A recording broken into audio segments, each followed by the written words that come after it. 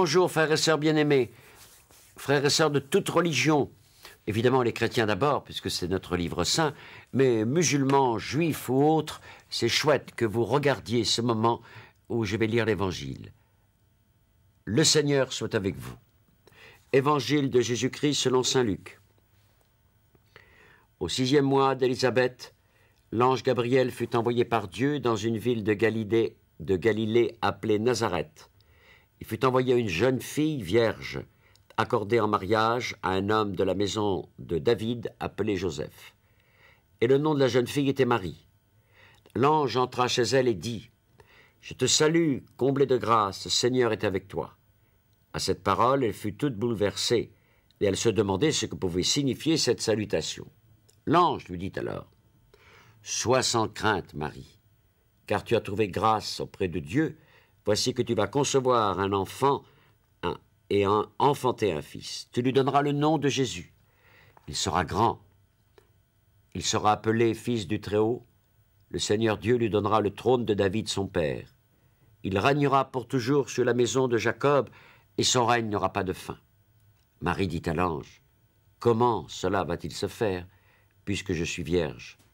Et l'ange lui répondit, « L'Esprit Saint viendra sur toi et la puissance du Très-Haut te prendra sous son ombre. C'est pourquoi celui qui va naître sera saint, et il sera appelé Fils de Dieu. Et voici qu'Élisabeth, sa cousine, a conçu elle aussi un fils dans sa vieillesse, et elle en est à son 6e mois. Alors qu'on l'appelait la femme stérile. Car rien n'est impossible à Dieu. Marie dit alors, « Voici la servante du Seigneur, que tout se passe pour moi selon ta parole. » Alors l'ange la quitta.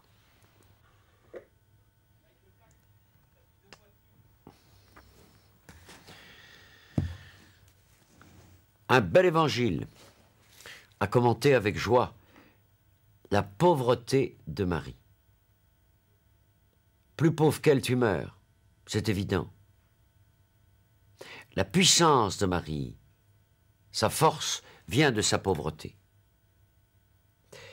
Et pour nous tous et toutes, témoins du Christ depuis 2000 ans, c'est notre faiblesse qui fait notre force. Elle a fait confiance à Dieu. C'est ça d'où découle la puissance de Marie. Qui résiste à l'humilité? Vous savez, je peux vous citer un fait personnel. Ma mère, qui a eu 15 marmots, j'étais le 3e, avait une humilité extraordinaire, une très grande pauvreté. Elle faisait l'unanimité totale dans mon quartier. C'était le témoignage extraordinaire d'une femme humble. C'était Marie, figure et image du Christ. Plus l'Église sera pauvre, plus elle sera crédible. Je prendrai comme exemple récent Charles de Foucault, qui a été béatifié. Je suis allé sur ses traces en Algérie. J'étais prêtre là-bas. À Beni Abbès, un petit ermitage perdu en plein désert. C'était des dunes ocre superbes. Et puis je suis allé à Tamanrasset, plus de 3000 mètres d'altitude. Je me souviens des couchers de soleil là-haut, à côté de l'ermitage du Père. Il avait fait une espèce de cabane en pierre, simplement. Je me souviendrai toujours des couchers de soleil mauve, rose, orange, ocre. C'était une pure merveille, dans un désert absolu, lunaire. Il vivait pauvre. Le dénuement était extraordinaire. Il vivait au milieu des Touaregs. Vous savez, une chose extraordinaire chez lui, hein, il n'a converti personne. Il était le frère universel.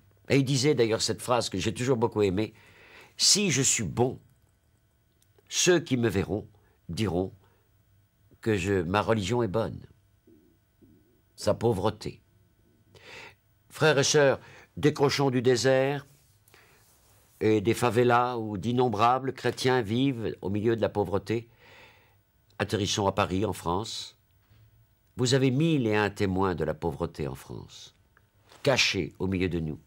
Ce sont de grandes lumières, savez-vous. Ils sont serviteurs et servitantes de l'invisible. Ce sont de grandes lumières. Et puis j'aime bien dans le texte d'évangile, « Le Seigneur est avec toi », dit Gabriel, l'ange. C'est-à-dire qu'avec le Seigneur, tout est possible. Il est le maître de l'impossible. Que cette préparation de Noël vous donne vraiment d'être serviteur et servante auprès de vos enfants, de votre famille, en vous préparant dès aujourd'hui à cette fête où Marie, Joseph et l'enfant Jésus, perdus dans une pauvreté absolue, nous ont donné une lumière fulgurante qui, 2000 ans après, va nous réchauffer. Puissiez-vous préparer Noël dans la pauvreté, dans le silence et dans la prière. Amen.